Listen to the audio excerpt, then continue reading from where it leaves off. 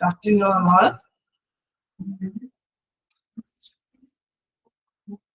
Continue.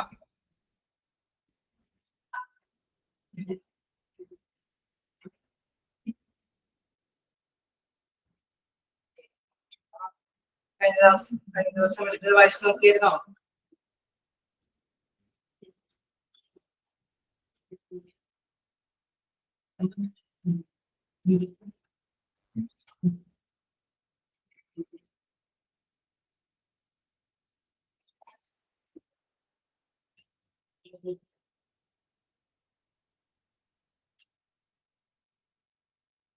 നമ്മള് എന്താണ് ആക്ടേഴ്സിനെ കുറിച്ചിട്ടാണ് അല്ലെ, പ്രധാനമായിട്ടുള്ള വ്യക്തികൾ, ആ ഒരു റിലേഷനുമായി ബന്ധപ്പെട്ടുള്ള പ്രധാന ആക്ടേഴ്സ് ആരൊക്കെയെന്നൊക്കെയുള്ള കാര്യമാണ് ഡിസ്കസ് ചെയ്തത് അല്ലെ.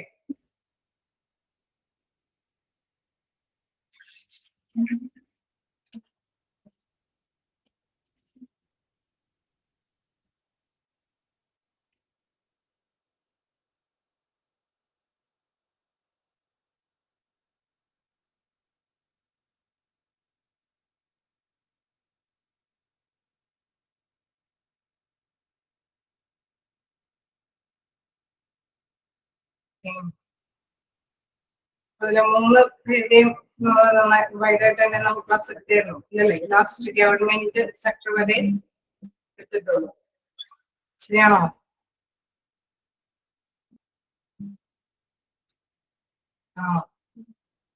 എംപ്ലോയീസ് ആൻഡ് ദിയർ ഓർഗനൈസേഷൻസ് വരെയല്ലേ പറഞ്ഞു നിർത്തിയത്?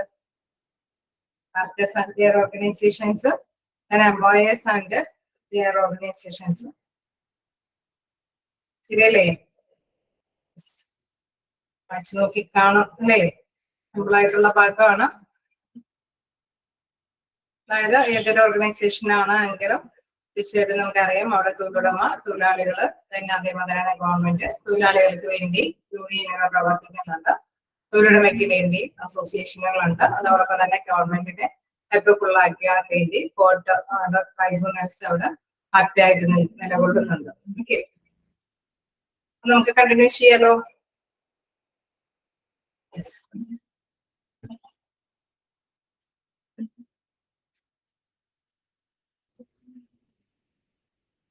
ഗവൺമെന്റ് സ്റ്റേറ്റ് അവിടെ നമുക്ക് നോക്കേണ്ടതാണ്. Government is supposed to be the caretaker of the nation. It plays therefore it plays a balancing role. നമുക്കറിയാം തീർച്ചയായിട്ടും അവിടെ തൊഴിലുടമയെ സംബന്ധിച്ചും തൊഴിലാളികളെ സംബന്ധിച്ചും ഗുണകരമായിട്ടുള്ള നിലപാടുകൾ എടുക്കണം അല്ലെ. ഇൻ കേസ് പബ്ലിക്കിന്റെ ഒരു നല്ല രീതിയിലുള്ള ആക്ഷനോട് കൂടിയിട്ടാണ് ഗവൺമെന്റ് വരുന്നത് അല്ലെ. അപ്പൊ തീർച്ചയായിട്ടും ഗവൺമെന്റ് എല്ലാവർക്കും വേണ്ടിയിട്ട് നീതി പുലർത്തി പോകേണ്ട ഒരു ഫാക്ടറാണ് അല്ലെ.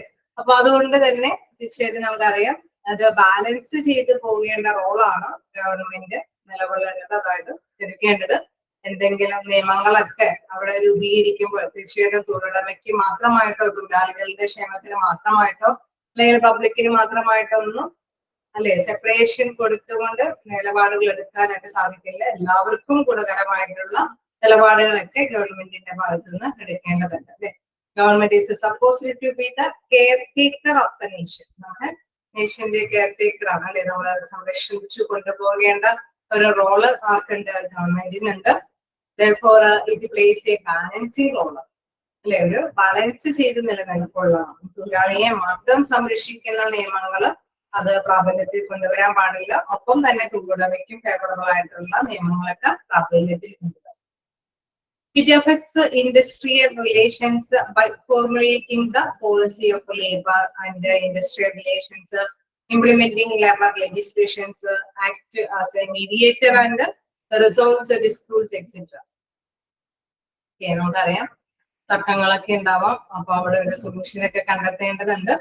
തീർച്ചയായിട്ടും നമുക്കറിയാം നിയമപരമായിട്ടുള്ള വശങ്ങൾ അത് നിയമ പ്രാബല്യത്തോടു കൂടി വരുമ്പോഴാണ് ഈ തർക്കങ്ങളൊക്കെ ഉണ്ടായി വരുമ്പോൾ അതിനൊരു ഒരു സൊല്യൂഷൻ കണ്ടെത്താനായിട്ട് സാധിക്കുന്നത്. സോ അതുകൊണ്ട് തന്നെ നമുക്കറിയാം അവിടെ നിയമങ്ങൾ അല്ലെങ്കിൽ പോളിസി നയങ്ങൾ അല്ലെങ്കിൽ ഇൻഡസ്ട്രിയൽ റിലേഷനുമായി ബന്ധപ്പെട്ട മറ്റു വ്യാപാര നമ്മുടെ റിലേഷൻസിനെ കുറിച്ച് നോക്കുകയാണെങ്കിൽ എല്ലാവരും നമ്മൾ നല്ല ബന്ധം പുലർത്തണം എന്ന് പറഞ്ഞു അല്ലെ. അത്തരത്തിലുള്ള ഒരു റിലേഷൻസ് മെയിൻറ്റെയിൻ ചെയ്യാനായിട്ടുള്ള നിയമവശങ്ങൾ ആൻഡ് ഇംപ്ലിമെന്റിങ് ലേബർ ലെജിസ്ലേഷൻസ് അല്ലെ, നമുക്കറിയാം നല്ല രീതിയിൽ തന്നെ എന്താണ് നിയമവശങ്ങളൊക്കെ അവിടെ ഇംപ്ലിമെന്റ് നടപ്പാക്കി കൊണ്ടുപോകേണ്ടതുണ്ട്. ആക്ട് ആസ് എ മീഡിയേറ്റർ, അതായത് ഗവൺമെന്റ് ആയിരിക്കും ഇത്തരത്തിലുള്ള നിയമങ്ങളുടെ പിൻബലത്തിലായിരിക്കും എന്തെങ്കിലും പ്രോബ്ലംസുകൾ കോൺഫ്ലിക്ട്സുകൾ അല്ലെങ്കിൽ ഡിസ്പ്യൂട്ട്സുകളൊക്കെ വരുമ്പോൾ അവിടെ തർക്കങ്ങൾക്കൊക്കെ പരിഹാരങ്ങൾ കണ്ടെത്താനായിട്ട് ഒരു സൊല്യൂഷൻ ആയിട്ട് ഒരു മീഡിയേറ്റർ ആയിട്ട് വരുന്നത് ആരായിരിക്കും? ഗവൺമെന്റിന്റെ ഈ നിയമങ്ങളായിരിക്കും. ഓക്കെ, ക്ലിയർ അല്ലേ? ഓക്കെ അല്ലേ? And it intends to control the working and the behavior of both the employees and employers in the organization. Okay, അവരുടെ ഉദ്ദേശത്തിൽ നമുക്കറിയാം ഒരു കൺട്രോളിംഗ് പവർ തീർച്ചയായിട്ടും ഗവൺമെന്റ് എടുക്കണമെന്ന് ആഗ്രഹിക്കും അല്ലെ. അവിടെ എന്താണ് ഭരണ നിർവഹണത്തില് ഒരു പവർ ഉണ്ടെങ്കിലാണ് എല്ലാവരും അവരെ തന്നെ അതിൽ വരുന്നെങ്കിൽ അല്ലെ. ചില മിക്കവാറും നമുക്കറിയാം ഒരു പെർമിഷൻ ഒന്നും ഇല്ലാതെ നമുക്കൊരു വ്യാപാര സ്ഥാപനം തുടങ്ങിയാൽ അല്ലെങ്കിൽ ഒരു കമ്പനി ഒരു ഫോം ഒന്നും സ്റ്റാർട്ട് ചെയ്യാൻ സാധിക്കില്ല അല്ലെ. അവിടെ വിത്ത് ദ പെർമിഷൻ, ഗവൺമെന്റിന്റെ പെർമിഷനോട് കൂടിയിട്ട് മാത്രമാണ് അത് സ്ഥാപിച്ച് മുന്നേറിട്ട് പോകാനായിട്ട് സാധിക്കുകയുള്ളൂ. അതുപോലെ തന്നെ നിയമങ്ങൾ ഇൻ കേസ് തൊഴിലുടമയ്ക്കാണെങ്കിലും തൊഴിലാളികൾക്കോ അനുയോജ്യമായിട്ടുള്ള നിയമങ്ങളൊക്കെ ഇറക്കിയിട്ടുണ്ടെങ്കിൽ അതെല്ലാം തന്നെ ഫോളോ ചെയ്ത് പോകാനായിട്ട് അല്ലെ ആ ഒരു കൺട്രോളിംഗ് പവറിൽ നിലനിർത്തി കൊണ്ടുപോകാൻ തന്നെയായിരിക്കും ഗവൺമെന്റ് ആഗ്രഹിക്കുന്നത്. The central and the state government controls and affects industrial relations using laws, agreements, awards of a court, etc. നമുക്കറിയാം നമ്മൾ എന്തെങ്കിലും അല്ലെ എന്തെങ്കിലുമൊക്കെ പ്രശ്നങ്ങൾ ഉണ്ടാവുമ്പോഴാണ് അവിടെ എന്തെങ്കിലും ചർച്ചകളൊക്കെ സംഭവിക്കുന്നത് അല്ലെ. എന്ത് കാര്യത്തിലാണെങ്കിലും ഗവൺമെന്റിന്റെ ഇടപെടൽ വരുന്നത് എങ്ങനെയാണ്? വലിയ തർക്കങ്ങളൊന്നും ഇല്ലാതെ മുന്നോട്ട് പോവുകയാണെങ്കിൽ കമ്പനി എന്തൊക്കെ നിയമങ്ങളോ എന്തൊക്കെ കാര്യങ്ങളോ ഉണ്ടോ അത് മുന്നോട്ട് തന്നെ പോയിക്കൊണ്ടിരിക്കും. പക്ഷെ എന്തെങ്കിലുമൊക്കെ സൊല്യൂഷൻ കണ്ടെത്തേണ്ട ഒരു പ്രോബ്ലംസുകൾ അവിടെ ഉടലെടുത്ത് വരുമ്പോഴാണ് അവിടെ ഒരു ചർച്ചയ്ക്ക് സമയം അല്ലെ ചർച്ചയ്ക്ക് വരുന്നതും ആ ചർച്ചയ്ക്കൊക്കെ ഒരു എഗ്രിമെന്റ് അല്ലെ ഇരുകൂട്ടർക്കും ഫേവറബിൾ ആയിട്ടുള്ള ഒരു എഗ്രിമെന്റ് അങ്ങനെ അത് നിയമമായിട്ട് മാറ്റിയെടുക്കുകയൊക്കെയാണ് ചെയ്യുന്നത് അല്ലെ. അപ്പൊ യൂസിങ് ലോസ് നിയമങ്ങൾ അല്ലെങ്കിൽ ഒരു കരാറടിസ്ഥാനങ്ങൾ അല്ലെങ്കിൽ ഒരു പാരിതോഷികങ്ങളെല്ലാം അല്ലെ ഗവൺമെന്റിന്റെ രീതിയിലാണെങ്കിൽ നമുക്കറിയാം ചർച്ചകളൊക്കെ നല്ല രീതിയിലൊക്കെ പരിഹരിച്ച് അവർക്കൊരു കൃത്യമായിട്ടുള്ള ഒരു സൊല്യൂഷൻ ഒക്കെ കണ്ടെത്താനൊക്കെ ആയിട്ട് സാധിക്കുന്നത് ഗവൺമെന്റിന്റെ ആ ഒരു കൺട്രോളിംഗ് പവർ ഉള്ളത് കൊണ്ട് തന്നെയാണ്. Third parties and labour and tribunal courts come in this category. തീർച്ചയായിട്ടും നമുക്കറിയാം ഇവരെ ഹെൽപ്പ് ചെയ്യാനായിട്ട് ആര് തന്നെ ഉണ്ടാവും? ഗവൺമെന്റിനെ ഹെൽപ്പ് ചെയ്യുന്നതിന് വേണ്ടിയിട്ടാണ് തീർച്ചയായിട്ടും ലേബർ അല്ലെങ്കിൽ ട്രൈബ്യൂണൽ കോർട്സ് അല്ലെ അവിടെ കോടതി അങ്ങനെയൊക്കെ ഇൻഡസ്ട്രിക്ക് വേണ്ടിയിട്ടൊക്കെ വ്യവസായ സ്ഥാപനങ്ങൾക്ക് വേണ്ടിയിട്ട് ആ ഒരു പ്രത്യേകമായിട്ടൊക്കെ പ്രവർത്തിക്കുന്ന കോടതി സംശയങ്ങളൊക്കെ തീർച്ചയായിട്ടും ഗവൺമെന്റിന് ഇത്തരത്തിലുള്ള പ്രോബ്ലംസ് ഒക്കെ സോൾവ് ചെയ്യാൻ വേണ്ടിയിട്ട് ഹെൽപ്പ് ആവാൻ വേണ്ടിയിട്ടാണ്. ഓക്കെ, അപ്പൊ തീർച്ചയായിട്ടും ഗവൺമെന്റ് ഒരു സ്റ്റേറ്റ് അതും അല്ലെ പ്രധാനമായിട്ടുള്ള ആക്ടറാണ്. ഒരു ഇൻഡസ്ട്രി എന്ന് പറയുമ്പോൾ തീർച്ചയായിട്ടും തൊഴിലുടമ തൊഴിലാളികളുടെ ഒരു ബന്ധം മാത്രം കീപ്പ് ചെയ്താൽ പോരാ. നിയമങ്ങൾ എന്തെങ്കിലും ഉണ്ടെങ്കിൽ അത് അനുസരിച്ച് മുന്നോട്ട് പോകാനായിട്ട് അല്ലെ തൊഴിലുടമയും തൊഴിലാളികളൊക്കെ തയ്യാറാവേണ്ടതാണ്. ഇൻ കേസ് എന്തെങ്കിലും നിയമങ്ങൾ ഫേവറബിൾ ആയിട്ട് ഇരുകൂട്ടർക്കും അനുകൂലമല്ല എങ്കിൽ തീർച്ചയായിട്ടും നമുക്കറിയാം കോടതിയിൽ കേസും കാര്യങ്ങളൊക്കെ ആയിട്ട് മുന്നോട്ട് പോയി ഒരു സൊല്യൂഷൻ ഒക്കെ കണ്ടെത്തേണ്ടതായിട്ട് വരും. ഓക്കെ അല്ലേ? ഓക്കെ, ചെറിയ രീതിയിലൊക്കെ ക്വസ്റ്റ്യൻ ചിലപ്പോൾ ചോദിക്കാം. Suppose to be caretaker of the nation അല്ലെ, അത് നമുക്ക് ജസ്റ്റ് നോട്ട് ചെയ്ത് പോവാം. Government is suppose to be the caretaker of nation അല്ലെ. തീർച്ചയായിട്ടും നമുക്കറിയാം ഒരു മീഡിയേറ്റർ ആയിട്ട് നിലകൊള്ളുന്നത് സൊല്യൂഷൻ ഒക്കെ കണ്ടെത്താനായിട്ട് ഒരു മീഡിയേറ്റർ ആയിട്ടൊക്കെ നിലകൊള്ളുന്നത് ആര് തന്നെയാണ്? ഗവൺമെന്റ് ആണ്. വീണ്ടും നമുക്ക് പഠിക്കാനുള്ളത് ഫാക്ടേഴ്സ് ഇൻഫ്ലുവൻസിങ് എംപ്ലോയി റിലേഷൻസ്. ഈ പറഞ്ഞ കാര്യങ്ങൾ നല്ല പ്രധാനപ്പെട്ട ആക്ടേഴ്സ് ഉണ്ട്. പിന്നെ അതായത് പ്രധാനമായിട്ടും അവിടെയുള്ള തൊഴിലുടമ തൊഴിലാളികൾ ഗവൺമെന്റ് എന്നവരുടെ റോൾ ഉണ്ട്. അതിനപ്പുറം ചില ഘടകങ്ങൾ കൂടി ഈ എംപ്ലോയി റിലേഷൻസിനെ അല്ലെ പ്രചോദിപ്പിക്കുന്നുണ്ട്. അത് എന്തൊക്കെയാണെന്നുള്ളതാണ് നമുക്ക് ഇനി നെക്സ്റ്റ് ഡിസ്കസ് ചെയ്യേണ്ടത്. The following are the factors that influence employee relations. എന്തെങ്കിലുമൊക്കെ ഘടകങ്ങൾ ഉണ്ടാവാൻ സാധ്യതയില്ലേ? ഒരു ഇൻഡസ്ട്രി അത് റോ മെറ്റീരിയൽസ് ഒക്കെ ചിലപ്പോൾ ഇമ്പോർട്ട് ചെയ്തിട്ടായിരിക്കും ആ ഒരു പ്രൊഡക്ഷൻ ഉത്പാദിപ്പിക്കണമെങ്കിൽ, അതല്ലെങ്കിൽ അവർ ഉത്പാദിപ്പിക്കുന്ന സാധനങ്ങളെല്ലാം ചിലപ്പോൾ എക്സ്പോർട്ട് ചെയ്ത് മറ്റു കൺട്രികളിലൊക്കെയാണ് വിപണനം ചെയ്യുന്നതെങ്കിലൊക്കെ തീർച്ചയായിട്ടും നമുക്കറിയാം മറ്റൊരു പലതരത്തിലുള്ള റിലേഷൻഷിപ്പ് അവിടെ ഒന്നിച്ച് മുന്നോട്ട് കൊണ്ടുപോകേണ്ടതുണ്ട് അല്ലെ? ഉണ്ടാവില്ലേ? ഒരു ഗവൺമെന്റ് തന്നെ അല്ലെ എനിക്ക് എന്താ പറയുക, നമ്മൾ ഇമ്പോർട്ട് ചെയ്യുന്ന സാധനങ്ങൾ അത് വേറൊരു കൺട്രിയിൽ നിന്നാണെങ്കിൽ അവിടെ ഗവൺമെന്റ് ചിലപ്പോൾ ചില തീരുമാനങ്ങൾ എടുക്കാണ് ഇന്ന കൺട്രിയിലേക്കൊന്നും അല്ലെ എക്സ്പോർട്ട് ചെയ്യാൻ പാടില്ല എന്നുള്ള തീരുമാനങ്ങൾ ഉണ്ടെങ്കിൽ തീർച്ചയായിട്ടും നമുക്ക് അവിടെ നിന്ന് ആ കൺട്രിയിൽ നിന്ന് ഇമ്പോർട്ട് ചെയ്യാൻ പറ്റാത്ത വരും അല്ലെ? അപ്പൊ നമ്മൾക്ക് പിന്നെ വേറെ ചിന്തിച്ച് ബാക്കി കാര്യങ്ങളൊക്കെ മുന്നോട്ട് കൊണ്ടുപോകേണ്ടതാണ്. അപ്പൊ റിലേഷൻഷിപ്പ് എന്ന് പറയുമ്പോൾ നമ്മൾ ഈ പറഞ്ഞ തൊഴിലുടമ തൊഴിലാളികള് അല്ലെങ്കിൽ ഗവൺമെന്റ് അങ്ങനെയുള്ള ആക്ടേഴ്സിന്റെ റിലേഷൻഷിപ്പ് മാത്രമല്ല, നമ്മുടെ ഒരു കമ്പനി അല്ലെങ്കിൽ നമ്മുടെ ഫേം പലതായിട്ട് നമ്മൾക്കറിയാം ഒരു ബന്ധം കാത്തു സൂക്ഷിക്കേണ്ടതുണ്ട്.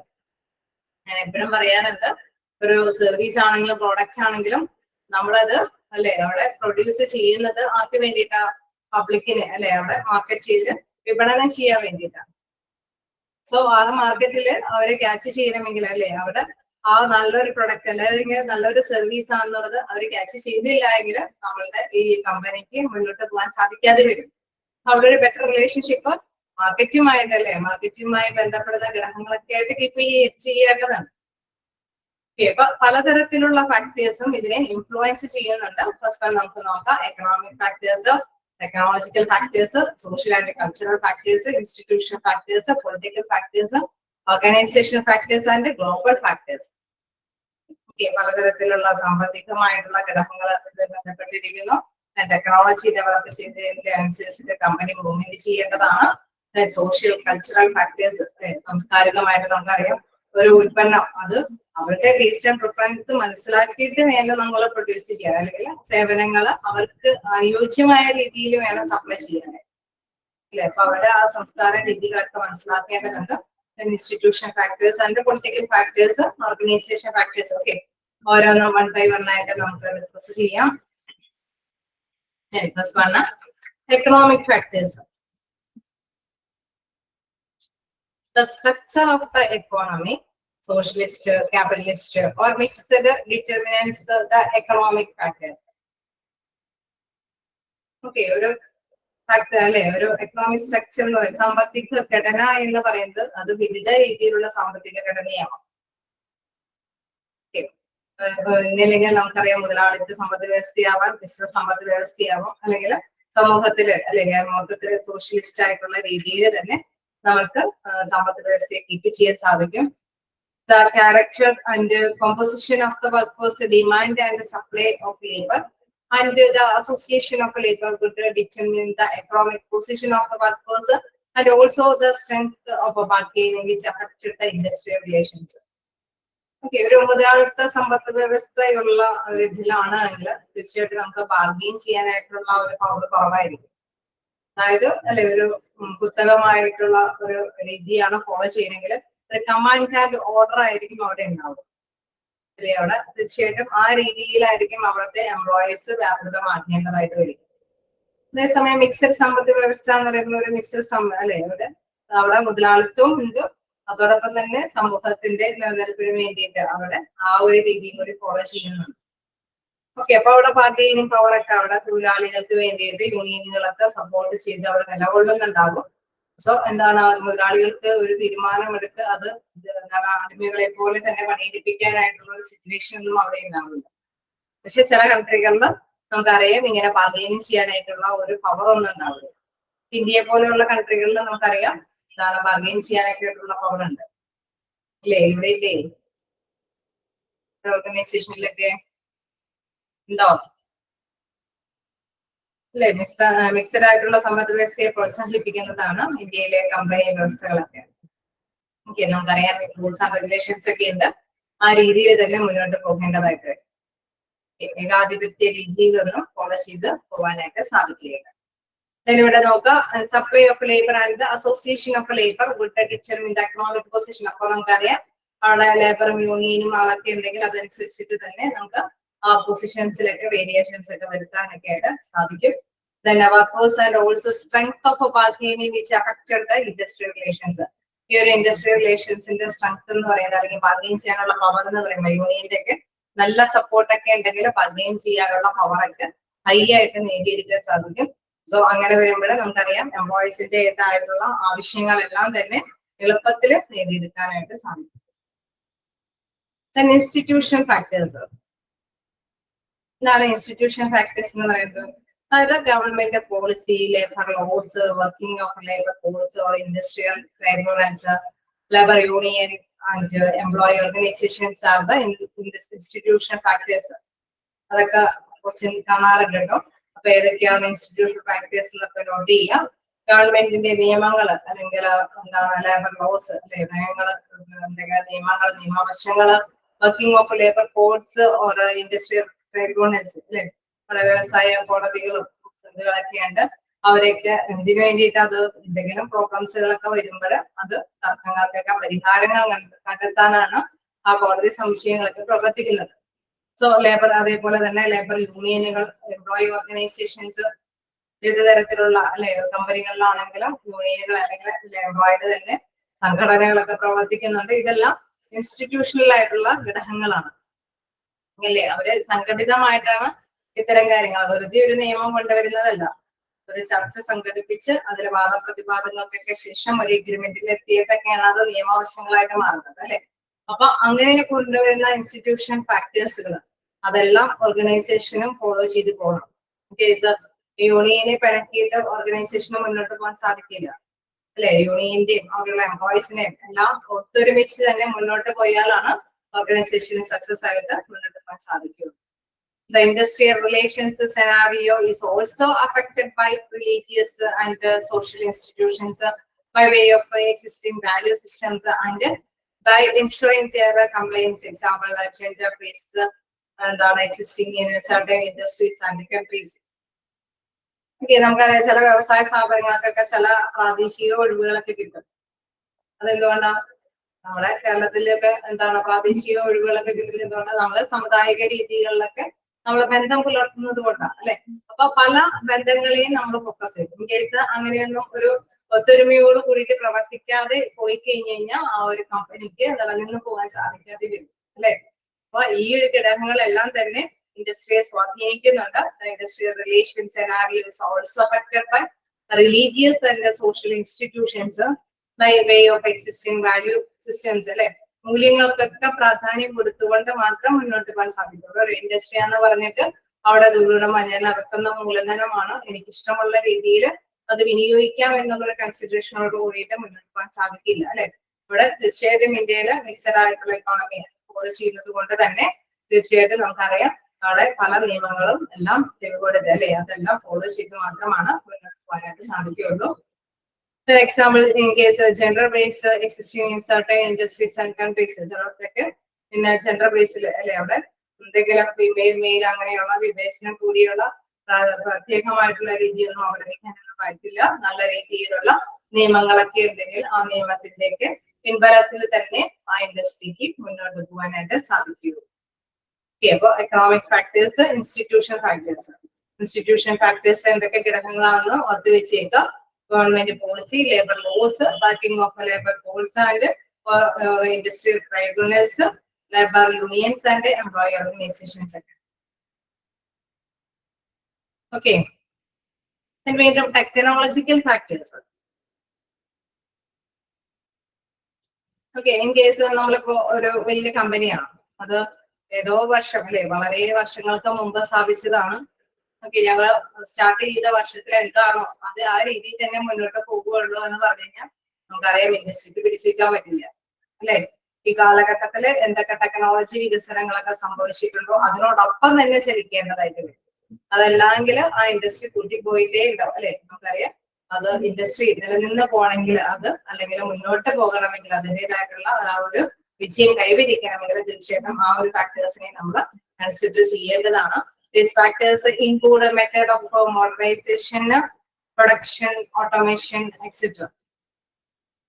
Okay, നമുക്ക് മോഡേണൈസേഷൻ അല്ലെങ്കിൽ ഉത്പാദനക്ഷമതയോട് കൂടിയിട്ട് വരുത്തണമെങ്കിൽ തീർച്ചയായിട്ടും അതിനനുസരിച്ചിട്ട് തന്നെ മുന്നോട്ട് പോകേണ്ടതാണ്. ഇതിനപ്പോ ആ ഒരു ഫാക്ടേഴ്സും ഒന്ന് ജസ്റ്റ് നോട്ട് ചെയ്യുക എന്തൊക്കെയാണ് ഈ ഒരു ടെക്നോളജിക്കൽ ഫാക്ടേഴ്സിൽ വരുന്നതെന്നുള്ളത്. അതിൽ പറയുന്നുണ്ട് an organization that is technologically more advanced needs a lesser human capital and as the bargaining power of the employee organizations decreases. Okay, വീണ്ടും നമുക്ക് മനസ്സിലാക്കേണ്ട ഒരു പ്രധാനപ്പെട്ട കാര്യം എന്ന് പറയുമ്പോൾ ടെക്നോളജിയാണ് കൂടുതൽ യൂട്ടിലൈസ് ചെയ്യാൻ. അവിടെ ഹ്യൂമൻ ബീയിങ്ങിന്റെ പവർ കുറവാണെങ്കിൽ തീർച്ചയായിട്ടും നമുക്കറിയാം അവരുടേതായിട്ടുള്ള റൈറ്റ്സ് ഒക്കെ നേടിയെടുക്കാനുള്ള ബാർഗൈനിങ് പവറും കുറയും. കാരണം തൊഴിലാളികൾ കുറച്ചേ ഉള്ളൂ അല്ലെ. അതേസമയം ഒരുപാട് തൊഴിലാളികളെ വെച്ചിട്ട് മെഷീൻസ് കുറച്ചും ഇംപ്ലിമെന്റ് ചെയ്തിട്ടാണ് ആ ഒരു ഓർഗനൈസേഷൻ മുന്നോട്ട് പോകണമെങ്കിൽ തീർച്ചയായിട്ടും അവിടെ എംപ്ലോയീസിന് ഒരു സ്ട്രെങ്ത് ഉണ്ട്. ആ സ്ട്രെങ്ത് കീപ്പ് ചെയ്തുകൊണ്ട് തന്നെ ബാർഗെയിനിങ് ചെയ്തിട്ട് അവരുടെ അവകാശങ്ങൾ നേടിയെടുക്കാനും സാധിക്കും. അതൊരു ഇമ്പോർട്ടന്റ് ആയ കാര്യമാണ്. Organisation that is technologically more advanced needs lesser human capital അല്ലെ. അവിടെ ഹ്യൂമൻ റിസോഴ്സസിന്റെ ഉപയോഗം കുറവാണ്. അവിടെ മെഷീനാണ് കൂടുതൽ ഇംപ്ലിമെന്റ് ചെയ്ത് നടപ്പാക്കണമെങ്കിൽ തീർച്ചയായിട്ടും ബാർഗൈനിങ് പവർ കുറവായിരിക്കും. Greater progression in technology and advancement in the proficiency of workers have also introduced a new class of employees called the knowledge workers who possess a different set of requirements and goals. നമുക്കറിയാം ഒരു ഓർഗനൈസേഷന്റെ ലക്ഷ്യം നേടിയെടുക്കാൻ വേണ്ടിയിട്ട് തീർച്ചയായിട്ടും നമുക്കറിയാം നല്ല knowledge ഉള്ള വർക്കേഴ്സിന് ആവശ്യമാണ് അല്ലെ. ടെക്നോളജിക്കലി ഇപ്പോ നമുക്കറിയാം ടെക്നോളജി വികസിപ്പിക്കുന്നതനുസരിച്ചിട്ട് അതിന് അനുയോജ്യമായിട്ടുള്ള എക്സ്പീരിയൻസ് ആയിട്ടുള്ള പേഴ്സൺസ് ഉണ്ടെങ്കിൽ തീർച്ചയായിട്ടും അവരെയായിരിക്കും ഏതൊരു കമ്പനിയും അല്ലെ സെലക്ട് ചെയ്യുന്ന കാര്യങ്ങളൊക്കെ ഉണ്ടെങ്കിൽ അവർ സ്വീകരിക്കുന്നത്. കാരണം എന്തുകൊണ്ടാണ് അവർക്ക് കുറച്ചും കൂടി നോളജും എക്സ്പീരിയൻസും ഉണ്ട് അല്ലെ. ഈ ഒരു കാലഘട്ടത്തിനനുസരിച്ചിട്ടുള്ള നോളജ് അവർക്കുണ്ട്. സോ അതുകൊണ്ട് തന്നെ അവരെ എന്ത് ചെയ്യും, സെലക്ട് ചെയ്യാനായിട്ട് അവരെ ആഗ്രഹിക്കും. ഓക്കെ, അപ്പൊ ന്യൂ ക്ലാസ് എംപ്ലോയീസിനെ വിളിക്കുന്ന പേരാണ് നോളജ് വർക്കേഴ്സ്. കാരണം ടെക്നോളജിക്ക് അഡ്വാൻസ് ആയിട്ടുള്ള രീതിയിലാണ് അവര് അല്ലെ അവരുടെ നോളജുകളൊക്കെ സ്വീകരിച്ചിരിക്കുന്നത്. ഓക്കെ, അപ്പൊ ടെക്നോളജിക്കൽ ഫാക്ടേഴ്സും പരിഗണിക്കേണ്ട കാര്യമാണ്. അപ്പൊ നമുക്ക് മനസ്സിലാക്കേണ്ട ഒന്ന് രണ്ട് കാര്യമുണ്ട്. അതായത് ഇന്നോവേറ്റീവ് ആയിട്ടുള്ള കാര്യം നമ്മൾ അപ്ലൈ ചെയ്യേണ്ടത് ആവശ്യമാണ്. ഒപ്പം തന്നെ നമുക്കറിയാം കൂടുതലായിട്ട് മെഷീനൊക്കെ യൂട്ടിലൈസ് ചെയ്യുന്ന ഒരു ഓർഗനൈസേഷൻ ആണ് എങ്കിൽ അവിടെ ഹ്യൂമന്റെ റിസോഴ്സസ് അത് വളരെ കുറവായിരിക്കും. അതുകൊണ്ട് തന്നെ ബാർഗെയിനിങ് ചെയ്യാനായിട്ടുള്ള പവറും കുറവായിരിക്കും. ബാർഗെയിനിങ് ചെയ്യാനുള്ള പവർ എന്ന് പറയുന്നത് എന്താണ്? അതായത് എംപ്ലോയിയുടെ ആവശ്യങ്ങൾ അവരുടെ ഇൻട്രസ്റ്റ് അവരുടെ റൈറ്റ്സ് ഒക്കെ ചിലപ്പോൾ തൊഴിലുടമ അവർക്ക് ലഭ്യമാക്കി കൊടുത്തില്ല എങ്കിലൊക്കെ, അല്ലെങ്കിൽ അവരുടെ അവകാശങ്ങൾ ഗവൺമെന്റിന്റെ ഭാഗത്തു നിന്നാണെങ്കിലും എന്താണെങ്കിലും അവർക്ക് ലഭ്യമാക്കി കൊടുത്തില്ല എങ്കിൽ അവരെന്താണ് ഇങ്ങനെ വിലപേശി മേടിച്ചെടുക്കാനായിട്ടുള്ള ശേഷി കുറവായിരിക്കും. കാരണം അവിടെ മോസ്റ്റ്ലി എന്താണ് അവിടെ മെഷീൻസ് ഒക്കെയാണ് യൂട്ടിലൈസ് ചെയ്യുന്നത്. Okay, 3 point ഒക്കെയാണോ?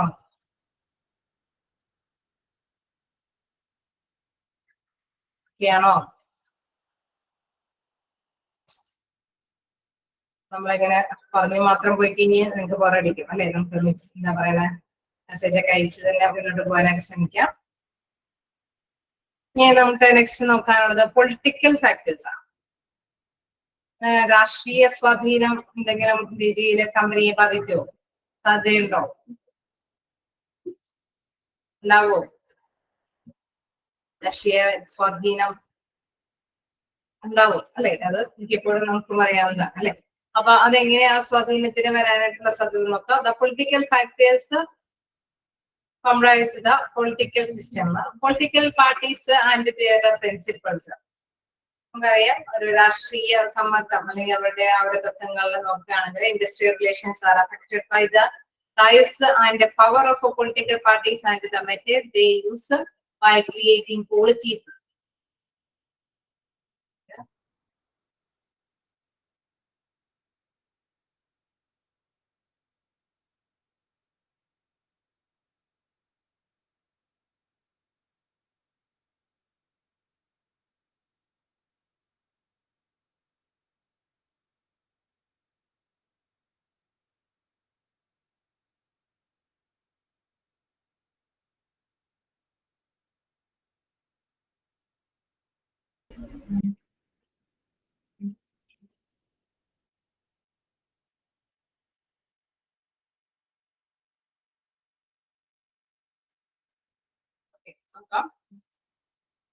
എന്താണ് പൊളിറ്റിക്കൽ ഫാക്ടേഴ്സ് ഘടകങ്ങളാണ്. അവിടെ നമ്മൾ നോക്കി എന്താണ് ക്രിയേറ്റിംഗ് പോളിസീസ്, അതായത് എന്താണ് അവര് തീർച്ചയായിട്ടും എന്തെങ്കിലും നയങ്ങളൊക്കെ രൂപീകരിക്കുമ്പോൾ തീർച്ചയായിട്ടും എന്താണ് പൊളിറ്റിക്കൽ പാർട്ടീസിന്റെ ഒരു സപ്പോർട്ടോട് കൂടിയിട്ടൊക്കെ ആയിരിക്കും അവര് നയങ്ങളൊക്കെ രൂപീകരിക്കുന്നത്.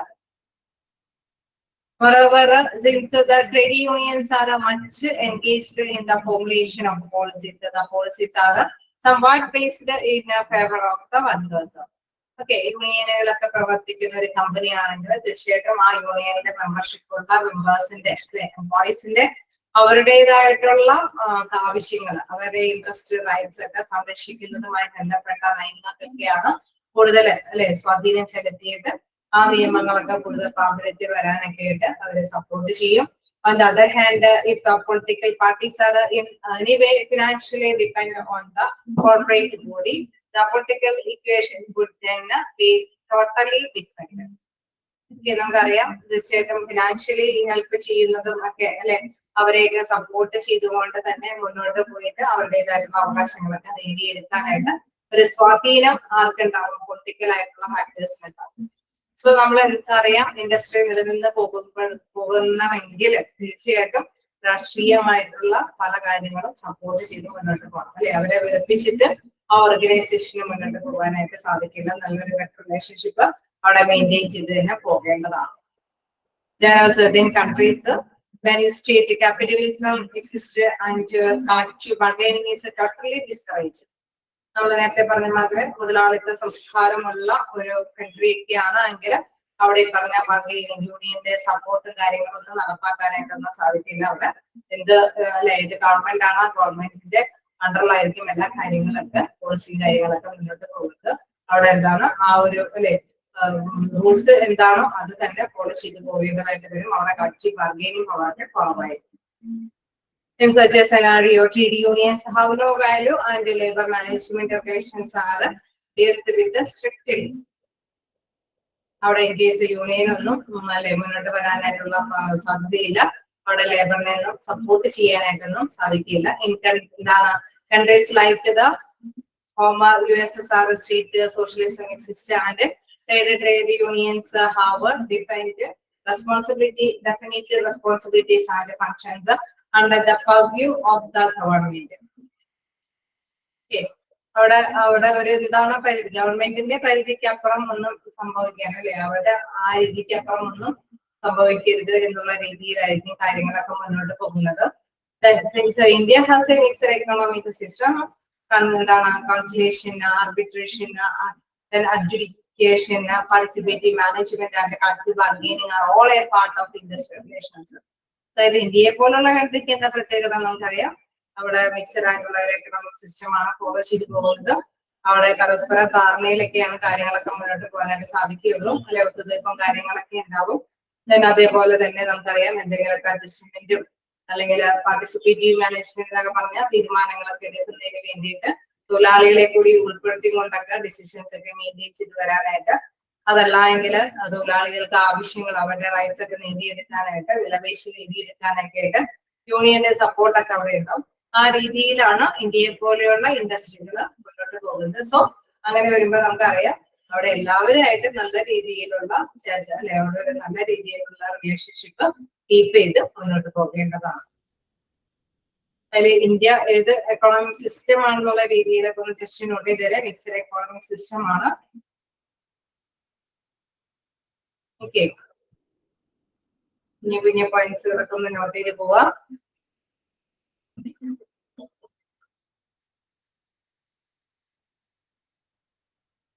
ബാർഗൈനിങ് പവറിന്റെ കാര്യമാണെങ്കിലും നമ്മളോട് പറഞ്ഞതാണ്. ഇവിടെ എന്താണ് ക്യാപിറ്റലിസം സിസ്റ്റം ആണ് എങ്കിൽ ബാർഗൈനിങ് പവർ ടോട്ടലി ഡിസ്കറേജ് ചെയ്യുന്നത്. എന്താണ് ഡിസ്കറേജ് ചെയ്യണം അല്ലെ, പ്രോത്സാഹിപ്പിക്കുന്നില്ല. ഓക്കെ അല്ലേ, 4th പോയിന്റ് വരെ ഒക്കെയാണ്. നമ്മൾ ആ ഹെഡിങ്സ് ഒന്ന് ജസ്റ്റ് ഒന്നുകൂടെ വായിച്ചു പോവാം. എക്കണോമിക് ഫാക്ടേഴ്സ്, ഇൻസ്റ്റിറ്റ്യൂഷൻ ഫാക്ടേഴ്സ്, അവിടെ പോളിസിയും കാര്യങ്ങളൊക്കെയാണ്. ടെക്നോളജിക്കൽ ഫാക്ടേഴ്സ്, 4th വൺ എന്ന് പറയുന്നത് political factors. Okay, next one നോക്കാം. Social and cultural factors. Okay, these factors are about the different rules, ethics, and principles that exist in a society. In countries like the USA, where there is a stable social political order, the government encourages a general philosophy of free enterprise or democratic capitalism. Okay, നമുക്ക് അതിലെ പ്രധാനമായിട്ടും പറയുകയാണെങ്കിൽ എന്തെങ്കിലും അല്ലെ ഒരു ആക്ടുകളും കാര്യങ്ങളൊക്കെ വരാനായിട്ടല്ലേ the factors that different rules നമുക്കറിയാം അവിടെ എന്താണ് എന്തെങ്കിലും ഓരോ റൂളുകളോ അല്ലെങ്കിൽ ധാർമ്മികമായിട്ടുള്ള പ്രിൻസിപ്പിൾസുകളോ അല്ലെ അതൊക്കെ ഫോളോ ചെയ്ത് പോകേണ്ടതുണ്ട്. അതായത് സൊസൈറ്റിയിൽ നമുക്ക് ഇൻ കേസ് ഒരു ഹോസ്പിറ്റൽ തന്നെയാണെങ്കിൽ അവിടെ തീർച്ചയായിട്ടും രോഗിയെ പരിചരിക്കണം എന്നുള്ള ഒരു ധാർമ്മിക മൂല്യം ഉള്ളതുപോലെ തന്നെ പ്രധാനപ്പെട്ടതാണ്. ഒരു ക്രിമിനലൊക്കെയാണ് അവിടെ അപ്പോയിന്റ്മെന്റ് എടുക്കണമെങ്കിൽ തീർച്ചയായിട്ടും നമുക്കറിയാം നിയമാവശങ്ങൾ ഫോളോ ചെയ്യേണ്ടതായിട്ട് വരും. ഉണ്ടാവില്ലേ ഹോസ്പിറ്റലൊക്കെ ആണെങ്കിൽ ഇപ്പൊ ഡിഫറെന്റ് റൂൾസുകൾ നമ്മൾ പോലെ അല്ലെ ധാർമ്മിക വശങ്ങൾ ഉണ്ടാവാം, അതേസമയം നിയമങ്ങളും നമുക്ക് ഉണ്ടെങ്കിൽ അതും ഫോളോ ചെയ്ത് പോകേണ്ടതുണ്ട് അല്ലെ. സ്വന്തമായിട്ട് നമുക്കറിയാം ആ ഒരു സ്ഥാപനത്തിന് നിലനിന്ന് പോകണമെങ്കിൽ സോഷ്യൽ ആൻഡ് കൾച്ചറൽ ഫാക്ടേഴ്സുകൾ കൂടി ബന്ധപ്പെട്ട് പോവുകയാണ്. അപ്പൊ അവിടെ പറയുന്നത് this factors are about different rules, ethics, ധാർമ്മിക വശങ്ങൾ ഉണ്ടാവാം, നിയമങ്ങൾ ഉണ്ടാവാം, അതേപോലെ തന്നെ തത്വങ്ങൾ ഉണ്ടാവാം. സൊസൈറ്റിയിൽ നിലനിൽക്കുന്ന ഈ കാര്യങ്ങളൊക്കെ തന്നെ മുന്നോട്ട് കൊണ്ടുപോകേണ്ടതാണ്. In countries like the USA, where there is a stable social political order, അവിടെ നമുക്കറിയാം US പോലെയുള്ള കൺട്രികളിലൊക്കെ അവിടെ എന്താണ് ഒരു രാഷ്ട്രീയപരമായിട്ടുള്ള ഒരു ഓർഡർ ഉണ്ട്, അത് കീപ്പ് ചെയ്താണ് പോകുന്നത്. Then the government encourages a general philosophy of free enterprise or a democratic capitalism. അവിടെ നമുക്കറിയാം അവിടെ എന്താണ് ജനങ്ങളാൽ തെരഞ്ഞെടുക്കപ്പെടുന്ന ഒരു ഡെമോക്രാറ്റിക് ക്യാപിറ്റലിസം അവിടെ ഉണ്ടെങ്കിൽ ഗവൺമെന്റ് അതിനെ അല്ലെ പിന്താങ്ങുന്നത് ആ ഒരു തരത്തിൽ നമുക്കറിയാം. ഏതൊരു തരത്തിലും വോട്ടേഴ്സ് കൊടുത്തിട്ടാണ് അല്ലെ ജനങ്ങളാൽ തന്നെ തെരഞ്ഞെടുക്കപ്പെടുന്ന ഗവൺമെന്റ് ആണ് അവിടെ പ്രാബല്യത്തിൽ. അല്ലാതെ അധികാരങ്ങൾ എങ്ങനെ എന്താണ് കൈമാറ്റം ചെയ്ത് വരുന്നതല്ല അല്ലെ, ഒരു പരമ്പരാഗതമായിട്ടുള്ള ഒരു രീതിയല്ല, ജനങ്ങളാൽ തെരഞ്ഞെടുക്കപ്പെട്ട ഒരു രീതിയാണ് ഫോളോ ചെയ്യുന്നത്. Collective bargaining is supported by the law and government involvement. നമുക്കറിയാം ഇങ്ങനെ കളക്റ്റീവ് ബാർഗൈനിങ് അല്ലെ വിലപേശി കാര്യങ്ങളൊക്കെ നേടിയെടുക്കാനായിട്ടുള്ള ഒരു സപ്പോർട്ട്മെന്റ് ഉണ്ട്, നിയമങ്ങളുണ്ട്, ഗവൺമെന്റിന്റെ പങ്കാളിത്തമൊക്കെ ഉണ്ട്. In Scandinavian countries and the UK, where a democratic social system exists, collective bargaining is the regular model without the need of the government to get involved. Okay, സർക്കാരിന്റെ ഇടപെടൽ ആവശ്യമില്ലാതെ കൂട്ടായ വിലപേശല് നമുക്ക് നടത്തിയെടുക്കാം എന്നുള്ള ഒരു രീതിയാണ്. വേറെ democratic social systems collective bargaining is the regular model, regular ആയിട്ടുള്ള മോഡലാണ് without the need of government to get in. Government ഒന്നും ഇല്ലാതെ തന്നെ കളക്റ്റീവ് ബാർഗൈൻ ചെയ്തിട്ട് നമുക്ക് കാര്യങ്ങൾ നേടിയെടുക്കാൻ പറ്റുന്ന രീതി. അതെ, ഇൻ കേസ് നമുക്കറിയാം കമ്പനികളിലെ യൂണിയനുകളൊക്കെ ഉണ്ടെങ്കിൽ അവിടെ ഗവൺമെന്റിന്റെ സ്വാധീനം ഒരു പൊളിറ്റിക്കൽ സപ്പോർട്ടോട് കൂടിയിട്ട് നേടിയെടുക്കാം. അതല്ലെങ്കിൽ ജസ്റ്റ് നമുക്കറിയാം പൊളിറ്റിക്കൽ ഒന്നും സ്വാധീനവശമില്ലാതെ തീർച്ചയായിട്ടും യൂണിയൻ ഉണ്ടാവുമ്പോൾ അവിടെ ഒരു പൊളിറ്റിക്കൽ സപ്പോർട്ട് ഉണ്ടാവും അല്ലെ. അങ്ങനെ വരുമ്പോഴാണ് ഒരു കളക്റ്റീവ് ബാർഗൈൻ ചെയ്ത് അവർ അവരുടേതായിട്ടുള്ള അവകാശങ്ങളൊക്കെ നേടിയെടുക്കുന്നത്. അപ്പൊ ചില കൺട്രികളിൽ ഇതിനുള്ള സാധ്യതയുണ്ടെങ്കിൽ ചില കൺട്രികളിൽ അതിനുള്ള സാധ്യതകൾ ഇല്ല എന്നുള്ളതാണ് പ്രധാനമായിട്ടും പറയുന്നത്. ഇന്ത്യയെ പോലെയുള്ള കൺട്രികളിൽ കളക്റ്റീവ് ബാർഗൈനിങ് നടത്താനായിട്ടുള്ള സാധ്യതകളുണ്ട്, അതിനതിൻ്റെതായിട്ടുള്ള ഒരു പവർ ഉണ്ട്. വീണ്ടും ഓർഗനൈസേഷൻ ഫാക്ടേഴ്സ് ആണ്. ഓർഗനൈസേഷൻ ഫാക്ടേഴ്സ് എന്ന് പറയുന്നത് factors consist of management style existing in the organisation, it's perspective, organizational environment, health of the organization, degree of competition, flexibility towards changes, and diverse human resource management policies. Okay, നമുക്കറിയാം ഇവിടെ അല്ലെ organisation ഘടകങ്ങൾ എന്ന് പറയുമ്പോൾ തീർച്ചയായിട്ടും എന്താണ് ഓർഗനൈസേഷന്റെ തന്നെ നിലനിൽപ്പ്, അതല്ലെങ്കിൽ നമുക്കറിയാം കോമ്പറ്റീഷൻ ഉണ്ടാവാൻ സാധ്യതകളുണ്ട്.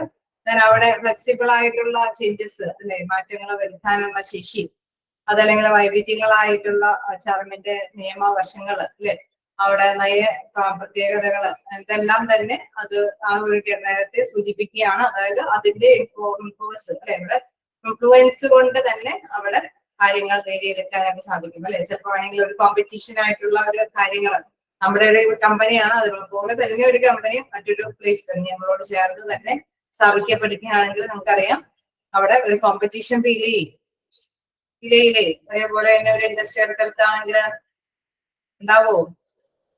സാധ്യതയുണ്ടാവും ഒരു കോമ്പറ്റീഷൻ വരാനായിട്ട്.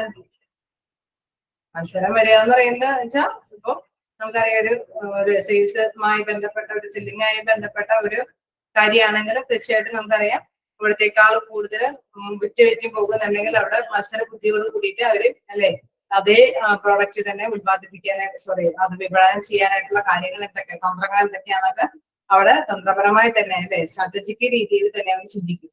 അങ്ങനെ പലതരത്തിലുള്ള കാര്യങ്ങളൊക്കെ അഡോപ്റ്റ് ചെയ്യും. ഓക്കെ, അപ്പൊ തീർച്ചയായിട്ടും നമുക്കറിയാം ഓർഗനൈസേഷന് നിലനിൽപ്പിന് വേണ്ടിയിട്ട് മറ്റു ഘടകങ്ങൾ കൂടി നമ്മൾ ചേർത്ത് വെക്കേണ്ടതുണ്ട് അല്ലെ. മറ്റു ഘടകങ്ങൾ എന്ന് പറയുന്നത് ഓർഗനൈസേഷന്റെ നിലനിൽപ്പിനെ തന്നെയാണ്. ഹെൽത്ത് ഓഫ് ദ ഓർഗനൈസേഷൻ അല്ലെ. കോമ്പറ്റീഷൻ വരികയാണെങ്കിൽ അത് നമ്മൾ എങ്ങനെയാണ് ഏത് ഫാക്ടർ അല്ലെ എല്ലാവരോടായിട്ട് നല്ലൊരു ബെറ്റർ റിലേഷൻഷിപ്പോട് കൂടിയിട്ട് മെയിൻറ്റെയിൻ ചെയ്ത് പോയാലാണ് നമുക്ക് പിടിച്ചിരിക്കാൻ പറ്റുള്ളൂ അല്ലെ. അതോടൊപ്പം തന്നെ എന്താണ് ഫ്ലെക്സിബിൾ ചേഞ്ചസ് ഒക്കെ നമ്മൾ ഉൾക്കൊള്ളാനായിട്ട് ശ്രമിക്കേണ്ടതാണ്. ഒരു ഇന്നോവേറ്റീവ് ആയിട്ടുള്ള രീതികളിൽ നമ്മൾ നേരത്തെ പറഞ്ഞ പോലെ മെഷീൻ ഇംപ്ലിമെന്റ് ചെയ്യേണ്ടത് മെഷീൻ ഇംപ്ലിമെന്റ് ചെയ്യണം. ട്രെയിനിങ് കൊടുക്കേണ്ട സമയത്ത് നമ്മൾ ട്രെയിനിങ് കൊടുക്കണം. അങ്ങനെ എല്ലാം കൊടുത്തു കഴിഞ്ഞാൽ മാത്രമാണ് ആ ഓർഗനൈസേഷന് മുന്നോട്ട് പോകാനായിട്ട് സാധിക്കുകയുള്ളൂ. സോ ഈ ഘടകങ്ങളെല്ലാം എന്താണ് അവിടെ നല്ല ബെറ്റർ റിലേഷൻഷിപ്പിന് ആവശ്യമായിട്ടുള്ള ഘടകങ്ങളാണ്. These factors consist of a management style existing in the organization. ആ സ്റ്റൈല് നോക്കുക. അതേപോലെ തന്നെ പെർസ്പെക്റ്റീവ്, അതായത് നമുക്ക് അതിൻ്റെതായിട്ടുള്ള രീതിയിൽ തന്നെ അല്ലെ ഓർഗനൈസേഷൻ ആയിട്ടുള്ള ഇത് പറയുമ്പോൾ താരതമ്യം ചെയ്ത് നല്ല ധാരണയെ തന്നെ കൊണ്ടുപോകണം അല്ലെ. ഇൻ കേസ് എവിടെയെങ്കിലും അത് വിട്ടുപോയല്ലേ ആ ഒരു ഓർഗനൈസേഷനോടൊപ്പം പിടിച്ചു നിൽക്കാൻ പറ്റാതെ വന്നാൽ നമ്മുടെ ബിസിനസ് തകർന്നു പോകും. അപ്പൊ നല്ല മൂല്യങ്ങൾക്ക് പ്രാധാന്യം കൊടുത്തുകൊണ്ട് ഓർഗനൈസേഷന്റെ ആ ഒരു എൻവയോൺമെന്റൽ ആയിട്ടുള്ള ഫാക്ടറുകൾ എന്താണെന്ന് കൺസിഡർ ചെയ്ത് അത് ഉയർത്തിക്കൊണ്ടുവന്ന് ഓർഗനൈസേഷന്റെ ആരോഗ്യം അതായത് ഓർഗനൈസേഷന്റെ നിലനിൽപ്പ് മെച്ചപ്പെടുത്തി കൊണ്ടുവരണം. എന്നാൽ അതിലെന്തെങ്കിലും ചേഞ്ചസോ കോമ്പറ്റീഷൻ ആവശ്യമുണ്ടെങ്കിൽ അതിനനുസരിച്ചുള്ള മാറ്റങ്ങളൊക്കെ വരുത്തി വൈവിധ്യമായിട്ടുള്ള പോളിസി നയങ്ങളൊക്കെ ഉൾപ്പെടുത്തി കൊണ്ടുപോയാൽ മാത്രമാണ് ഓർഗനൈസേഷന് സക്സസ് ആയിട്ട് മുന്നോട്ട് പോകാനായിട്ട് സാധിക്കുള്ളൂ. സോ ഈ ഫാക്ടേഴ്സ് എല്ലാം കൺസിഡർ ചെയ്യണം. ഓക്കെ, നമ്മൾ ഈ പറഞ്ഞ മാതിരി തന്നെ എംപ്ലോയീസിനെ സാറ്റിസ്ഫൈ ചെയ്ത് എംപ്ലോയറെ സാറ്റിസ്ഫൈ ചെയ്തു, ഗവൺമെന്റിനെ സാറ്റിസ്ഫൈ ചെയ്തു, മറ്റു കൺട്രികളിൽ എന്തെങ്കിലുമൊക്കെ ഫോളോ അപ്പ് നടത്തുന്നുണ്ടെങ്കിൽ അതെല്ലാം ഫോളോ അപ്പ് ചെയ്തൊക്കെ മുന്നോട്ട് പോകുമ്പോഴും എന്താണ് നമുക്കറിയാം ആ ഓർഗനൈസേഷന്റെ നിലനിൽപ്പ് അതുകൊണ്ടൊന്നും അവസാനിക്കുന്നില്ല. തീർച്ചയായിട്ടും യൂണിയനുകൾ എല്ലാവരെയും സപ്പോർട്ട് ചെയ്ത് പോകുമ്പോഴും പുതിയ ഇന്നോവേറ്റീവ് ആയിട്ടുള്ള കാര്യങ്ങൾ എന്തൊക്കെയാണോ അതിൽ എന്തെങ്കിലുമൊക്കെ ഫ്ലെക്സിബിൾ ആയിട്ടുള്ള മാറ്റങ്ങൾ വരുത്തേണ്ടതുണ്ടോ നമ്മുടെ സ്ട്രക്ചറിൽ, നമ്മുടെ തൊഴിലില് അല്ലെങ്കിൽ ഇൻ കേസ് നമ്മുടെ പ്രൊഡക്റ്റില് അതിന്റെ ഫ്രെയിമിൽ എന്തിനെങ്കിലും മാറ്റങ്ങൾ എന്താണ് അത് ആ ഓർഗനൈസേഷന്റെ നിലനിൽപ്പിന് ആവശ്യമായിട്ട് മാറ്റങ്ങൾ ഉൾക്കൊണ്ടുകൊണ്ട് തന്നെ മുന്നോട്ട് പോകേണ്ടതും ആവശ്യമായിട്ടുള്ള കാര്യം തന്നെയാണ്. നമുക്കറിയാവുന്നതാണ് ഗ്ലോബൽ ഫാക്ടേഴ്സ്. ഗ്ലോബൽ ഫാക്ടേഴ്സ് എന്ന് പറയുന്നത് these factors include global difference, international relations, economic, political principles, functions of ILO, foreign trade agreements and relations, economic and training policies of power blocks, global cultural environment, international labor agreement, etc. ഇവിടെ നോക്കുമ്പോൾ ഒരുപാട് കാര്യങ്ങളാണ് പറയുന്നത്. അതായത് നമ്മുടെ ഒരു ഓർഗനൈസേഷന് വേണ്ടി മാത്രം നമുക്കൊരു നയം രൂപീകരിക്കാൻ സാധിക്കില്ല ചിലതൊക്കെ നമുക്കറിയാം ഗ്ലോബലി അന്താരാഷ്ട്രപരമായിട്ട് എടുക്കുന്ന നിലപാടുകളോടൊപ്പം തന്നെ ചേർന്ന് പ്രവർത്തിക്കേണ്ടതായിട്ട് വരും. ഓക്കെ, അപ്പൊ അതുകൊണ്ട് തന്നെ പറയാണ് എക്കണോമിക് പൊളിറ്റിക്കൽ പ്രിൻസിപ്പിൾസ്. ഓക്കെ, നമുക്കറിയാം സാമ്പത്തികവും രാഷ്ട്രീയവുമായിട്ടുള്ള തത്വങ്ങളെല്ലാം ഫോളോ ചെയ്ത് പോകേണ്ടതുണ്ട്. ഇന്റർനാഷണൽ റിലേഷൻസ് മറ്റു കൺട്രികളൊക്കെ ആയിട്ട് മറ്റു കൺട്രികളൊക്കെ ആയിട്ട് നല്ലൊരു ബന്ധം സ്ഥാപിക്കേണ്ടതുണ്ട്. ഗ്ലോബൽ ഡിഫറൻസുകൾ മനസ്സിലാക്കിയിട്ട് തന്നെ നമ്മൾ അത്തരത്തിലുള്ള ബന്ധങ്ങളൊക്കെ സ്ഥാപിക്കണം. ഫങ്ഷൻസ് ഓഫ് ILO, അതായത് ഇന്റർനാഷണൽ ലേബർ ഓർഗനൈസേഷൻ. ILO എന്ന് പറയുന്നത് എന്താണ്? ഇന്റർനാഷണൽ ലേബർ ഓർഗനൈസേഷൻ ഇല്ലേ? കിട്ടിയോ ILO? എന്തെങ്കിലും മെസ്സേജ് അയക്കാട്ടോ, ബാക്കിക്കാത്തവർക്ക് എഴുതാനായിട്ട് എളുപ്പമായിരിക്കും. International labour organisation.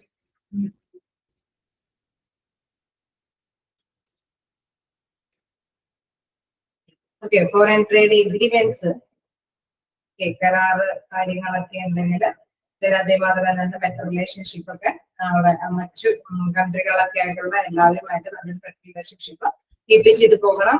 Then economic and trading policies of a power block, global cultural environment. സാമ്പത്തികപരമായിട്ടും അതേമാതിരി തന്നെ കച്ചവട സംബന്ധമായ രീതിയിലുള്ള നയങ്ങൾക്കൊക്കെ ഇന്റർനാഷണൽ ലേബർ ഓർഗനൈസേഷൻ അതിലെല്ലാം ആർക്കെങ്കിലും കിട്ടാത്തതുണ്ടെങ്കിൽ നോട്ട് ചെയ്ത് പോവുക. International labour organisation. Global cultural environment നമുക്കറിയാം സാംസ്കാരിക തലത്തിൽ തന്നെ അന്താരാഷ്ട്ര തലത്തിൽ തന്നെയുള്ള മാറ്റങ്ങൾക്ക് അനുയോജ്യമായിട്ടുള്ള എന്തെങ്കിലും നിയമവശങ്ങളൊക്കെ ഉണ്ടെങ്കിൽ അതനുസരിച്ചിട്ടൊക്കെ ഫോളോ ചെയ്യണം. ഇന്റർനാഷണൽ ലേബർ എഗ്രിമെന്റ്, ഇന്റർനാഷണൽ ആയിട്ടുള്ള എന്തെങ്കിലും എഗ്രിമെന്റ് കാര്യങ്ങളൊക്കെ ഉണ്ടെങ്കിൽ ശരി നമ്മളുടെ കമ്പനി എന്ന് ആലോചിച്ച് നോക്കുക. കമ്പനി എന്ന് പറയുമ്പോൾ തൊഴിലുടമ കുറെ തൊഴിലാളികൾ കുറെ യൂണിയനുകൾ പ്രവർത്തിക്കുന്നുണ്ട്, രാഷ്ട്രീയ സ്വാധീന ശക്തികളുണ്ട്. ഓക്കെ, അതെല്ലാം തന്നെ നമ്മൾ നല്ലൊരു ബെറ്റർ റിലേഷൻഷിപ്പ് കീപ്പ് ചെയ്യണം. ഇനിയൊപ്പം തന്നെ നമ്മൾ ഇൻ കേസ് നമ്മൾ എവിടെയാണ് മാർക്കറ്റ് ചെയ്യുന്നത് അല്ലെ, അപ്പൊ ഇൻ കേസ് എവിടെ നിന്നാണ് നമ്മൾ ഉൽപ്പന്നങ്ങൾ അസംസ്കൃത വസ്തുക്കൾ എന്തെങ്കിലും സംഘടിപ്പിക്കേണ്ടതുണ്ടെങ്കിൽ അതൊക്കെ എവിടെ നിന്നാണ് അല്ലെ. അപ്പൊ ആ ഒരു ബെറ്റർ റിലേഷൻഷിപ്പ് എല്ലാം തന്നെ നമ്മൾ കീപ്പ് ചെയ്യണം, സ്റ്റാർട്ടിങ് മുതൽ എൻഡിങ് വരെ. നമുക്ക് ഇൻ കേസ് നമുക്കറിയാം ട്രാൻസ്പോർട്ടേഷൻ ഒക്കെ ചിലപ്പോൾ ആരെങ്കിലൊക്കെ ആയിട്ട് കൂടി യോജിച്ചൊക്കെ ആയിരിക്കും. അപ്പൊ അതനുസരിച്ചിട്ട് എല്ലാ റിലേഷൻഷിപ്പും നന്നായിട്ട് നമുക്കറിയാം സ്മൂത്ത് ആയിട്ട് മുന്നോട്ട് പോവുകയാണെങ്കിൽ തീർച്ചയായിട്ടും കമ്പനിക്ക് സക്സസ് ആയിട്ട് മുന്നോട്ട് പോകാൻ സാധിക്കും അല്ലെ. അപ്പൊ അതുകൊണ്ട് പറയുകയാണ് എല്ലാ ഫങ്ഷൻസും foreign trade agreements, relations, economic and trade policies of power blocs, global cultural environment. Okay, നമുക്കറിയാം അന്താരാഷ്ട്ര രീതിയിലുള്ള സംസ്കാരങ്ങളെല്ലാം ഫോളോ ചെയ്തിട്ട് പോകേണ്ടതുണ്ട്. ഇന്റർനാഷണൽ ലേബർ എഗ്രിമെന്റ്സ് തീർച്ചയായിട്ടും നമുക്കറിയാം ഒരു രാജ്യത്തിന് അല്ലെ അവിടെ ഇന്റർനാഷണലി ആണ് നമുക്ക് എഗ്രിമെന്റുകളൊക്കെ നടപ്പാക്കാനായിട്ട് സാധിക്കുന്നത്. സോ അതുകൊണ്ട് തന്നെ നമുക്കറിയാം ബാർഗെയിൻ ചെയ്തിട്ട് ഒരു നെഗോഷിയേഷൻ ചർച്ചകളൊക്കെ സംഘടിപ്പിച്ചിട്ടാണ് ഇവിടെ നിയമവശങ്ങളൊക്കെ ലഭ്യമാകുന്നത്, ഉണ്ടാക്കി തീർക്കുന്നത് അല്ലെ. അപ്പൊ അത്തരത്തിലുള്ള ആ എഗ്രിമെന്റിനെല്ലാം തന്നെ നമുക്കറിയാം നല്ല രീതിയിലുള്ള സ്വാധീനമുണ്ട്. ഓക്കെ, എല്ലാവരും എല്ലാം ഫോളോ ചെയ്യണമെന്നുള്ള ഒരു രീതി വാഗ്ദാനം ചെയ്യുന്നുണ്ട്. സോ അതുകൊണ്ട് തന്നെ നമ്മളെ ബെറ്റർ റിലേഷൻഷിപ്പ് കീപ്പ് ചെയ്യാനായിട്ട് ഈ ഗ്രഹങ്ങളെയെല്ലാം തന്നെ അല്ലെ അനുയോജ്യമായ രീതിയിൽ തന്നെ മുന്നോട്ട് കൊണ്ടുപോകാനായിട്ട് ശ്രമിക്കേണ്ടതാണ്. അപ്പൊ 7 ഫാക്ടേഴ്സ് ആണ് നമ്മൾ ഡിസ്കസ് ചെയ്തത്. ഓരോന്നൊന്ന് വായിച്ചു നോക്കാം, എന്തെങ്കിലും ഡൗട്ട് ഉണ്ടെങ്കിൽ ചോദിക്കാം. കുറച്ചായിട്ട് ഹെഡിങ് ഓർത്ത് വെച്ചേക്കണം. പിന്നെ അതിൽ പെടുന്ന ഘടകങ്ങളെന്ന് പ്രത്യേകം പറഞ്ഞിട്ടുണ്ടെങ്കിൽ അതും നോട്ട് ചെയ്ത് പോവാം. ILOന്റെ ഫുൾ ഫോം നോട്ട് ചെയ്യാം. ജസ്റ്റ് വായിച്ചു നോക്കുക, ഏതെങ്കിലും പോയിന്റ് ഡൗട്ട് ഉണ്ടെങ്കിൽ ചോദിക്കാം.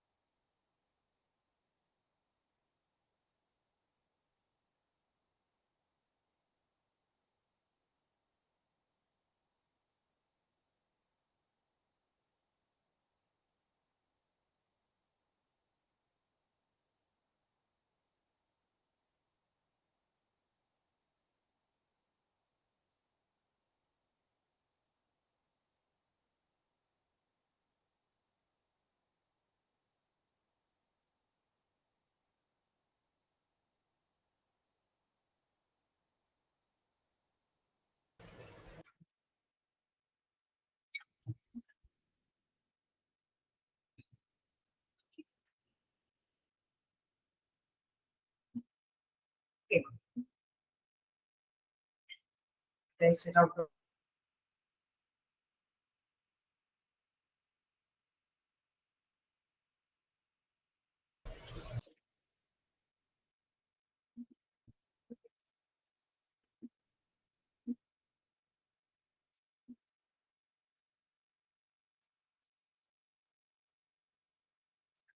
ഓക്കെ, വായിച്ചു നോക്കിയോ എല്ലാവരും?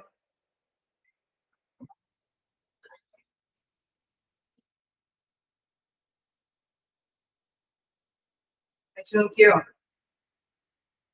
ക്ലിയർ ആണ്? എന്തെങ്കിലും ഡൗട്ടുകളുണ്ടോ?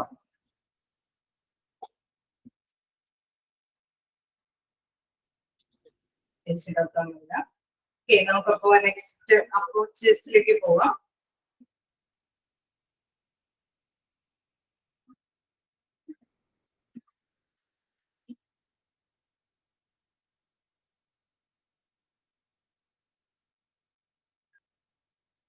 ഓക്കെ, എന്തൊക്കെ അപ്രോച്ചസ് ആണ് നമുക്ക് ഉള്ളതെന്ന് നോക്കാം. അതായത് നമ്മളൊരു ബെറ്റർ റിലേഷൻഷിപ്പ് കാത്തു സൂക്ഷിക്കണം എന്ന് പറഞ്ഞു അല്ലെ. അപ്പൊ അതില് പ്രധാനമായിട്ടും നല്ലൊരു ബന്ധം അവിടെ മെയിൻറ്റെയിൻ ചെയ്ത് പോകണം. നമ്മൾ പറഞ്ഞ വ്യവസായ സ്ഥാപനമായത് കൊണ്ട് തന്നെ എല്ലാവരായിട്ട് നല്ല റിലേഷൻഷിപ്പ് കീപ്പ് ചെയ്ത് പോയാൽ മാത്രമാണ് ഇൻഡസ്ട്രിക്ക് നിലനിൽപ്പ് ഉണ്ടാവുള്ളൂ എന്ന് പറഞ്ഞു. അതിൽ ഏറ്റവും പ്രധാനപ്പെട്ട കാര്യം എന്ന് പറയുന്നത് ആ ഇൻഡസ്ട്രിയിലുള്ള എംപ്ലോയിയുമായിട്ട് നല്ലൊരു റിലേഷൻഷിപ്പ് കാത്തു സൂക്ഷിക്കും.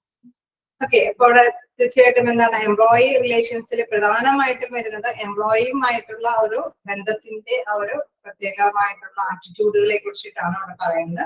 അപ്രോച്ചസ് ഓഫ് എംപ്ലോയി റിലേഷൻസിൽ first one psychological approach, then sociological approach, then socio-ethical approach, then human relations approach and Gandhian approach, systems approach ആണ്.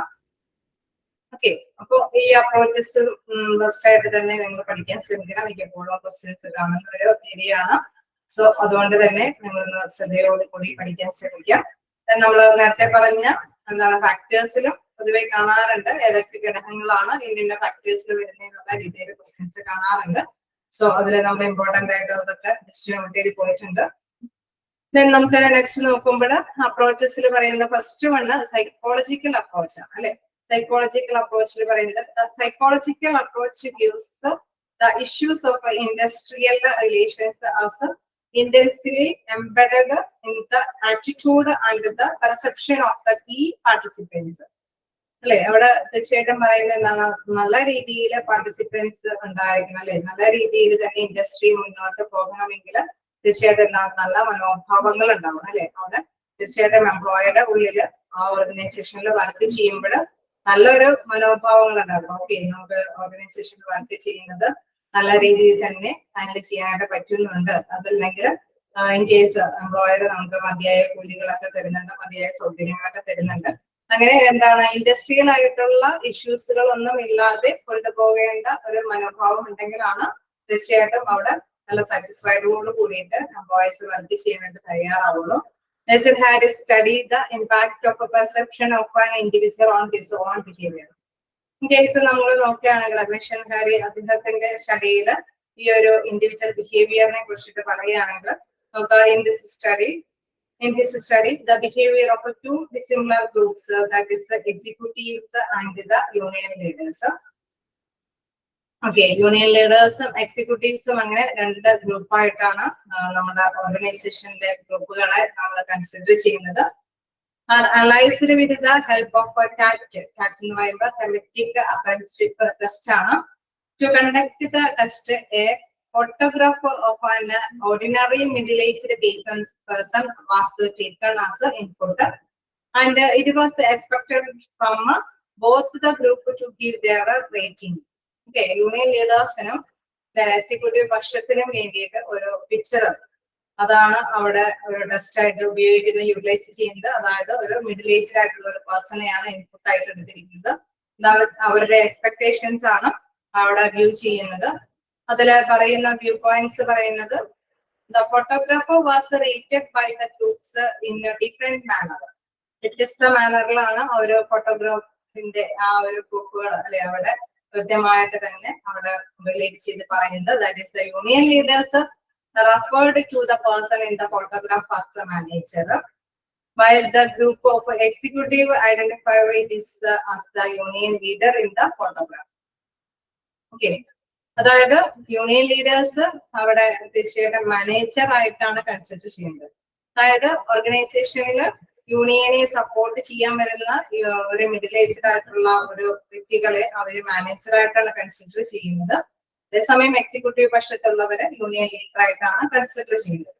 തീർച്ചയായിട്ടും എന്താണ് യൂണിയന്റെ പ്രാബല്യത്തിൽ അല്ലെ പിന്നോട് അദ്ദേഹത്തിന്റെ സപ്പോർട്ടോട് കൂടിയിട്ട് ബാക്കി ചെയ്യാനായിട്ടുള്ള ഒരു പവർ കേന്ദ്രീകരിക്കുമ്പോൾ തീർച്ചയായിട്ടും എന്താണ് യൂണിയൻ ലീഡേഴ്സ് എന്താണ് ഒരു മാനേജർ ആയിട്ടാണ് അവരെ അല്ലെ യൂണിയൻ ലീഡർ ആ യൂണിയൻ അല്ലെ അവിടെയുള്ള എംപ്ലോയീസ് മാനേജർ ആയിട്ടാണ് കൺസിഡർ ചെയ്യണമെങ്കിൽ തീർച്ചയായിട്ടും എക്സിക്യൂട്ടീവ് പക്ഷം യൂണിയൻ ലീഡർ ആയിട്ടാണ് ആ ഫോട്ടോഗ്രാഫിനെ കൈകാര്യം ചെയ്യുന്നത്.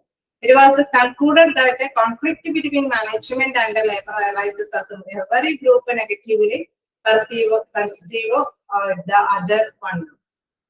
അതായത് ഒരു ഓർഗനൈസേഷൻ ആവുമ്പോൾ തീർച്ചയായിട്ടും മാനേജ്മെന്റ് അവിടെ നിലകൊള്ളുന്നുണ്ട്, യൂണിയനും നിലകൊള്ളുന്നുണ്ട്. മാനേജ്മെന്റ് എപ്പോഴും ആർക്ക് വേണ്ടിയിട്ടാണ് പ്രിപ്പയർ ചെയ്യുന്നത്?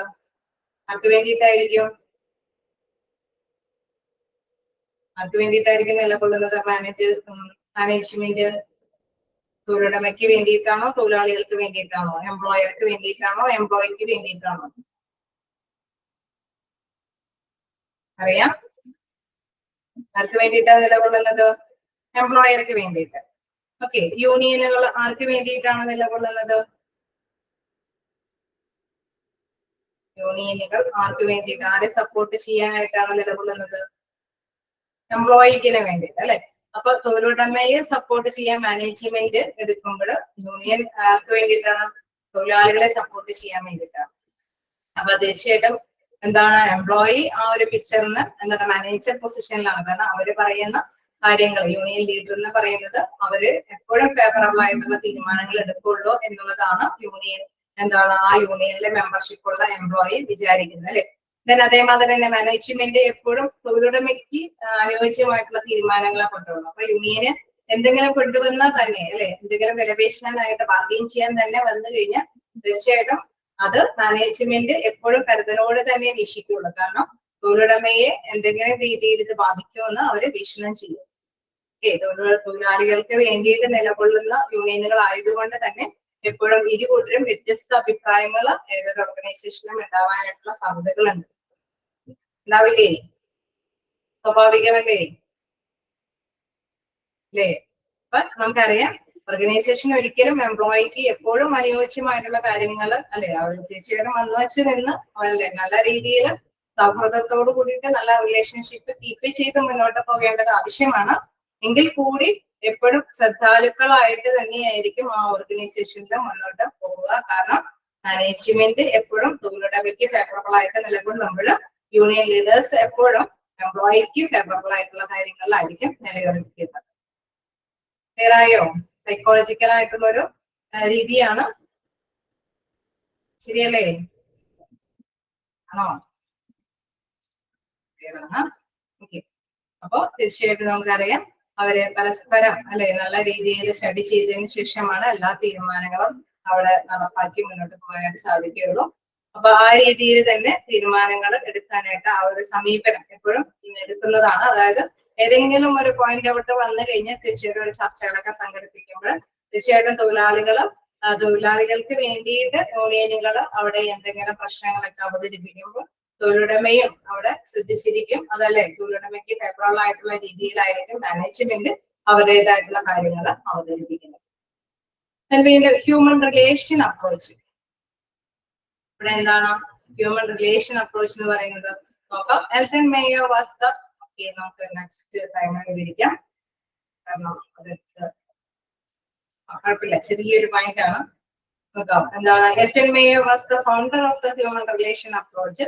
This school of thought was later extended by Roethlisberger, then Whitehead, W.F. White, and Hermans, who gave a rational views of the characteristics of industrial conflicts and harmony.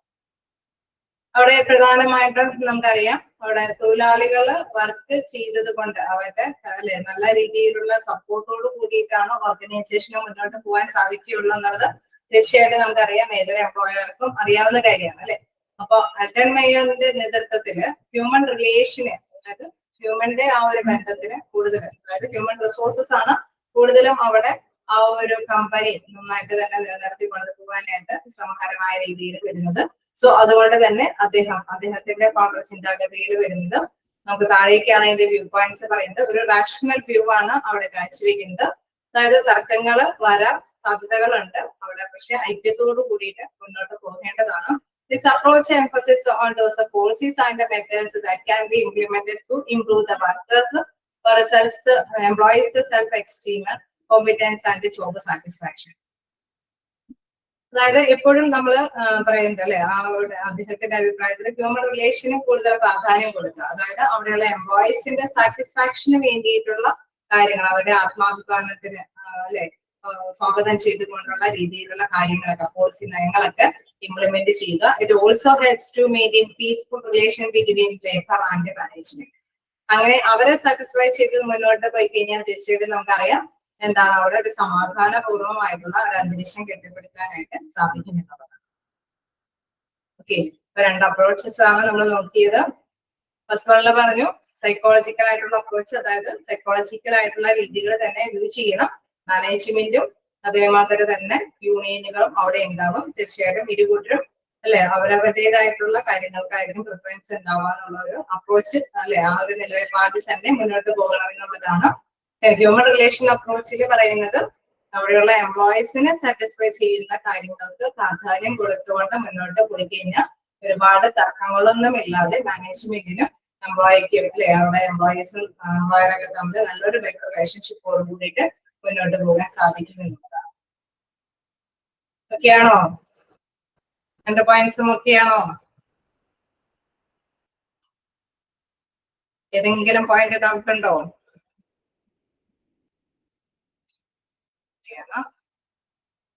ഏതെങ്കിലും points doubt ഉണ്ടോ?